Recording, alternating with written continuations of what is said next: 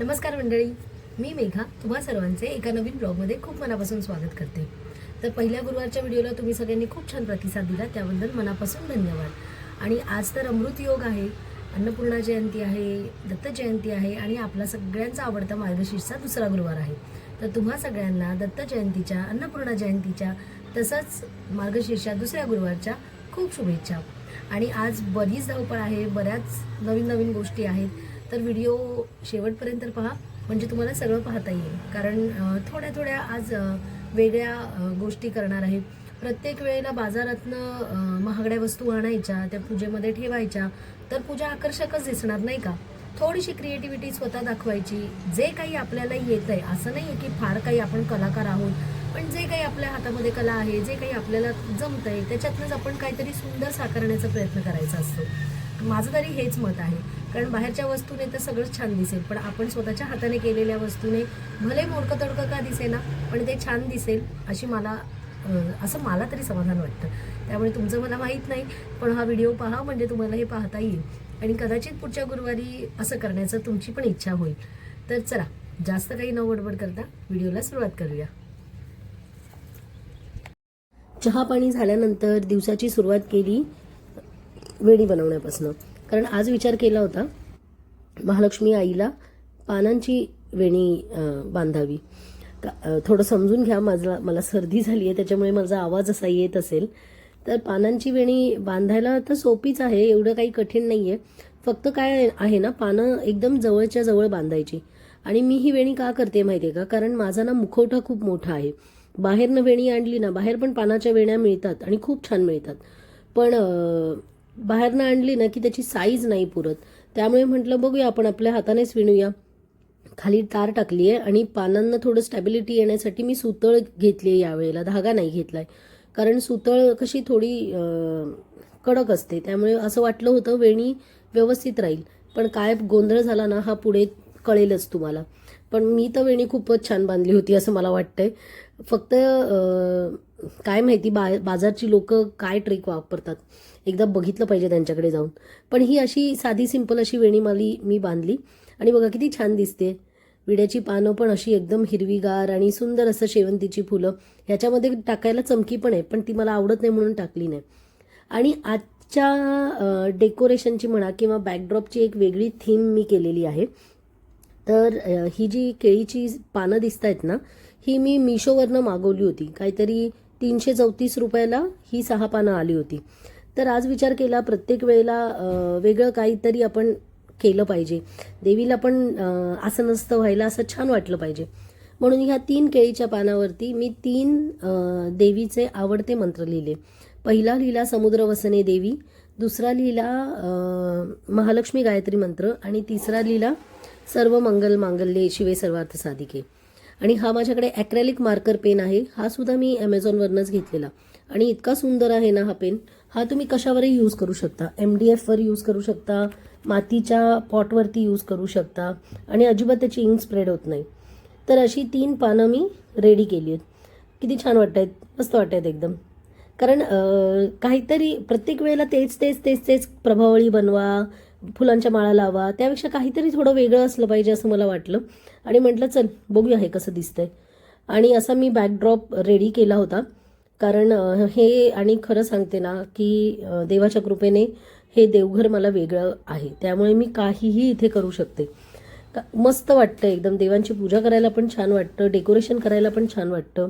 तर डबल टेपच्या साह्याने मी सगळीकडे हे असं व्यवस्थित चिकटवून घेतलं आणि खरं मला वाटलं नव्हतं एवढं छान दिसेल, पण मस्तच दिसतंय। रेडवरती ग्रीन कॉम्बिनेशन, खूप छान असा बॅकड्रॉप माझा रेडी झालाय। हे बघा किती छान वाटतंय नाही का, मस्त प्रसन्न वाटलं पाहिजे आपल्याला पण आणि देवीला पण। आणि आज नाही अशी छानपैकी कांचीपुरम साडी मी देवीला नेसवणार आहे, त्यामुळे त्याची पण मी आता पटापट तयारी केलेली आहे। मी आता ह्याच्यामध्ये फक्त हायलाइट्स तुम्हाला थोडे थोडे क्लिप्स दाखवते, कारण जर तुम्ही माझे आधीचे व्हिडिओ बघाल ना, तर त्याच्यातनं मी पूर्ण डिटेलमध्ये देवीला साडी कशी नेसवायची हा टाकलेला आहे, त्यामुळे मी परत परत इथे टाकत नाही बसले। तर अशी छान देवीची साडी रेडी केली आणि विचार केला आता पहिलं देवीचं रेडी करूया पूजेच्या आधी, नंतर बाकीची सगळी कामं करूया। त्यामुळे हे असं अष्टदल कमल काढलं मी, ज्याच्यावरती आपल्याला आता देवीला आसनस्थ करायचं आहे। ज्यांना अष्टदल कमल काढता येत नसेल त्यांनी नुसती तांदळाची रास केली तरीही चालते. देवीला भाव महत्त्वाचा आहे, डेकोरेशन नाही. आता खाली ना हा असा मी सेटअप रेडी केला, कारण थोडी मला हाईट हवी होती साडीसाठी. आणि वरच्या कलशाला मी हळदी कुंकाची 5 बोटं केलीत आणि आता देवीला साडी नेसवायला सुरुवात केली आहे. बरेचसे व्हिडिओमध्ये अख्खी साडी नेसवलेली आहे, पण मी तसं नाही केलं. मी म्हटलं बघूया आपल्या पद्धतीने आपल्याला कसं जमतंय साडी नेसवायला. तर ही अशी छोटी केल्यामुळे ना साडी मला जास्त कष्ट नाही पडले. एवढंच आहे की हेल्पिंग हँड लागतो हे बांधायला. तर माझी मुलगी घरी होती आज, त्याच्यामुळे तिने पण खूप मदत केली. आणि आज तर तिने पण उपवास केला होता या वर्षीपासून, त्यामुळे प्रत्येक गोष्टीमध्ये ती हेल्पिंग हँड माझी होतीच होती. त्यामुळे मुली असल्या पाहिजेत, खूप मदत होते. मुलं पण करतात. आजकाल इतके छान छान व्हिडिओ पाहते ना मी, मुलं काय रेडी करतात देवीला, एखादी स्त्री नाही करू शकणार इतकं सुंदर करतात. शेवटी भाव महत्त्वाचा आहे, प्रत्येकाची इच्छा महत्त्वाची आहे. तर अशी बघा सुंदर अशी साडी नेसवली. मला जशी जमली तशी नेसवली, जास्त पिना बिना मी लावत नाही बसले. आणि देवीला असं आज महालक्ष्मी आईचं रूप देवीला दिलंय. कोल्हापूरच्या महालक्ष्मी आईचा मुखवटा लावलेला आहे.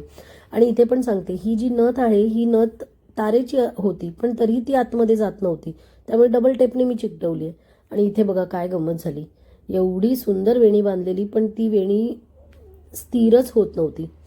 कशी बशी करून मी तिला स्थिर करण्याचा प्रयत्न करत होते, पण ते मूडच गेला माझा. एवढं छान देवीला वेणी बनवायची आणि लावता नाही येणार, काय उपयोग आहे. मग म्हटलं जाऊ दे, आत्ता पूजेपुरतं तरी व्यवस्थित तिला फिक्स करूया. मग मी डबल टेपने ती फिक्स केली. आता जेव्हा मी माझ्या मुलीला क्लासला सोडायला जाईन ना, तेव्हा मी देवीला गजरा घेऊन येईल, कारण मला माहिती आहे ही वेणी काही जास्त वेळ टिकणार नाही. तर देवीची तयारी केल्यानंतर आज पौर्णिमा असल्या कारणामुळे पौर्णिमेच्या पण काही विशेष सेवा असतात. त्यातली म्हणजे दरवाजावरती शुभ स्वस्तिक काढणं, उंबरठा पूजन करणं. कारण स्वस्तिक आणि उंबरठा पूजनाने ना खूप फरक पडतो. आपल्या घरातील निगेटिव्हिटी दूर होते, बाहेरची नकारात्मकता घरात प्रवेश करत नाही, घरामध्ये प्रसन्न वातावरण होते. आणि ह्या सगळ्या गोष्टी ना भले आपल्याला नेहमी करायला नाही जमल्या तरी पौर्णिमा आणि अमावस्येला तरी ह्या केल्याच पाहिजेत. आणि त्यानंतर उंबरठा पूजन. उंबरठा पूजन मी गेल्याही व्हिडिओत सांगितलेलं. चमच्याच्या साह्याने आणि हाताच्या साह्याने तुम्ही दोन्ही करून बघा. चमच्याच्या साह्याने उंबरठा सुंदर दिसतो, पण हाताच्या साह्याने मन प्रसन्न होतं आणि एक वेगळं समाधान लाभतं. तर इथे उंबऱ्याभोवती रांगोळी काढली, दरवाजात रांगोळी काढली. कारण ह्या सगळ्या गोष्टी ना पूजेच्या आधी होणं खूप गरजेचं आहे. कारण जेव्हा पूजा करतो तेव्हा महालक्ष्मी आई आपल्या घरी प्रवेश करत असते आणि त्यावेळेस तिचं स्वागत खूप छान पद्धतीने नको का करायला. आणि हे बघा, नेहमीप्रमाणे माझ्या घराच्या गोकर्णाच्या झाडाला ही इतकी सुंदर फुलं आली आहेत. दरवेळेला 2-4 फुलं येतातच येतात. आणि आज दत्तजयंती असल्यामुळे महाराजांचा अभिषेक करण्याचा योग होता, त्यामुळे स्वामींचा अभिषेक केला. स्वामींच्या पादुका आहेत त्याचा अभिषेक केला आणि महाराजांना छान असं आसनस्थ केलं. खूप बरं वाटतं. तिन्ही गोष्टी आज एकत्र आल्या होत्या, त्यामुळे थोडी गडबड झाली, पण ठीक आहे. मन शांत ठेवून सगळ्या गोष्टी केल्या ना तर काहीच अवघड वाटत नाही. फक्त कोणत्याही गोष्टीचं ना प्रेशर नाही घ्यायचं की हे करायचं ते करायचं. एक एक पाऊल टाकत जायचं, गोष्टी आपोआप होत राहतात. आणि देवींना स्वामींना छान वस्त्र परिधान करून त्यांना नैवेद्य दाखवला आणि माझ्या देवीची पण पूजा माझी संपन्न झाली. गेल्या व्हिडिओत मी सगळं अभिषेक वगैरे दाखवलेला. रोज रोज त्याच गोष्टी दाखवल्या तर तुम्ही पण बोर व्हाल, त्यामुळे मी यथासांग पूजा नाही दाखवली. पण ही देवीची सुंदर अशी पूजा मी संपन्न केली. आणि वेणी बघा, आता काय बोलायचं, जाऊ दे. आता बघू संध्याकाळी ज्यावेळेस मी येईन त्यावेळेस छान गजरा घेऊन येईन देवीला. आणि एकंदर ही अशी सुंदर पूजा माझी झाली. दुपारी थोडा आराम करून संध्याकाळी दिवाबत्तीच्या वेळेला उंबरठा पूजन करून घेतलं. सकाळीही मी दिवा लावला होता, पण तिन्ही संजेला उंबरठा पूजन करणं सगळ्यात जास्त शुभ मानलं जातं. तर उंबरठा पूजन झालं आणि हे असं सुंदर आणि प्रसन्न वातावरण होतं. बाहेरच्या फरशांना खूपच अशा डिझायनर आहेत, त्याच्यामुळे त्याच्यावर तुम्ही किती चांगली रांगोळी काढा ती दिसतच नाही. त्याच्यामुळे ना मी ही अशी काळी फरशी लावून घेतली. त्यामुळे थोडी जरी रांगोळी काढली ना तर इतकं छान आणि प्रसन्न वाटतं ना दरवाजासमोर. त्यामुळे ही एक आयडिया मला फार आवडली. कारण त्या चित्रशिलाच्या पण एक अशा ग्रॅनाईटवरती छान रांगोळ्या भेटतात, पण त्यापेक्षा हे असं स्वतःच्या हाताने काढून खूप छान वाटतं. त्यानंतर संध्याकाळी दिवे लागणीच्या वेळेला सगळीकडे दिवे लावले, तुळशीत दिवा लावला, देवीच्या जवळ दिवा लावला. देवारातही मी तेलाचा आणि तुपाचा दिवा लावते आणि इथे महालक्ष्मी आईजवळ सुद्धा मी तेलाचा आणि तुपाचा दिवा लावते आणि तुळशीजवळ मी तुपाचा दिवा लावते. अशा सगळ्या पूजा व्यवस्थित करून घेतल्या. पोथी तर मी सकाळी वाचली होती, पण आता धूप दीप दाखवून मी आता अन्नपूर्णा मातेची पण पूजेला सुरुवात केली. आणि हे बघा, गजरा लावल्यावर देवी किती छान दिसते.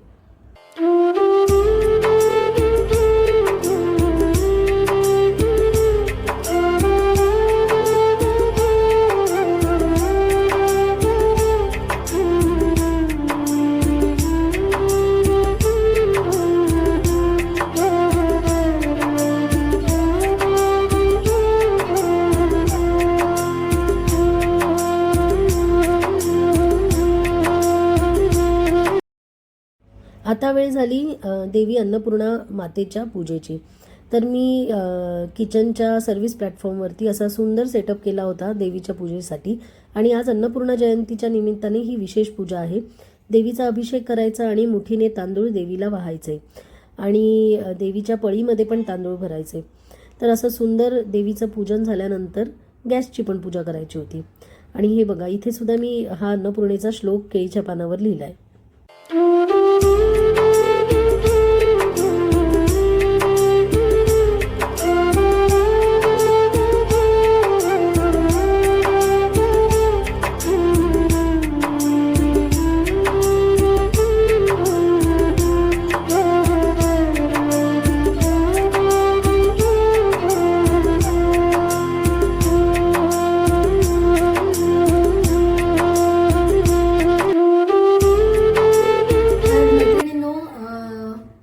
सगळ्यांना पुन्हा एकदा दत्त जयंतीच्या, अन्नपूर्णा जयंतीच्या तसेच मार्गशीर्षात दुसऱ्या गुरुवारच्या खूप शुभेच्छा. तर कसा वाटला व्लॉग आजचा तुम्हाला? कारण कसं आहे मैत्रिणींनो, हे सगळं डेकोरेशन वगैरे जे आहे ना, एक गोष्ट मला तुम्हाला सांगावीशी वाटते. प्रत्येक वेळेस महागड्या वस्तू आणायच्या आणि त्यांना डेकोरेशन करायचं अशी काहीच गरज नसते. कारण प्रत्येक वेळेला ना आपण काही ना काहीतरी थोडंसं का होईना आपल्या परीने काही ना काहीतरी इन्व्हेंट करायचं असतं. कारण बघा, प्रत्येक जण हा युनिक असतो. प्रत्येकाची विचारसरणी ही दुसऱ्या व्यक्तीपेक्षा थोडी तरी भिन्न असते. कोणाकडून इन्स्पायर होणं खूप वेगळं, पण स्वतः त्या इन्स्पिरेशन घेऊन स्वतःची एक वेगळी ओळख निर्माण करणं हे खूप महत्वाचं आहे. त्यामुळे कोणीतरी काहीतरी करतंय म्हणून आपणही काहीतरी लगेचच तसंच केलं पाहिजे असं नाही. थोडंसं आपण आपलं डोकं लावूया आणि त्याच्यातनं काहीतरी वेगळं करूया. म्हणून हे असे छोटं का होईना मी सजावट केली आहे. फार अशी काही अशी भव्य दिव्य नाहीये, पण जशी मला जमली तसं सकाळपासून माझी ही तयारी चालू होती. कारण आदल्या दिवशी तयारी करून ठेवणं मला पटत नाही. कारण बऱ्याचदा असं वाटतं की आदल्या रात्री आपण देवीला साडी वगैरे नेसवूया, पण मार्गशीर्षच्या गुरुवारचं मग काय महत्व राहतं? फक्त काही ती बाहुली आहे का उचलून आपली पूजेला ठेवली? तर तसं नाही जमत मला. त्यामुळे वेळ लागतो, पण ठीक आहे, जसा वेळ लागतो जसं जमतं तसं मी करते. तर काय नक्की तुम्हाला या पूजेमधलं आवडलं? कारण आज महाराजांचा अभिषेक होता, अन्नपूर्णा जयंती निमित्त अन्नपूर्णा मातेचा अभिषेक होता. सकाळी मी इथेच अभिषेक घातला आणि संध्याकाळी मग मी माझ्या स्वयंपाकघरामध्ये छान असं डेकोरेट करून देवीचं आसन तयार केलं. तर एकंदर तुम्हाला कशी वाटली ही पूजा मला कमेंट करून नक्की सांगा. आणि जर याच्यामध्ये काही बदल करायचे असतील तर तेही मला सांगा. कारण कसं आहे मैत्रिणींनो, काही गोष्टी तुम्ही माझ्याकडनं शिकाल, काही गोष्टी मी तुमच्याकडनं शिकेल, पण जोपर्यंत तुम्ही मला सांगणार नाही तोपर्यंत मला कसं कळणार, नाही का? तर जर काही माझ्या ह्याच्यामध्ये काही त्रुटी राहिल्या असतील, काही कमी राहिली असेल तर मोठ्या मनाने मला नक्की सांगायला विसरू नका. तर चला आता भेटूया पुढच्या व्हिडिओमध्ये. तोपर्यंत आनंदी राहा, उत्साही राहा, निरोगी राहा आणि सगळ्यात महत्त्वाचं म्हणजे खूप खूप खूप खुश राहा. भेटूया नेक्स्ट ब्लॉगमध्ये. तोपर्यंत बाय बाय.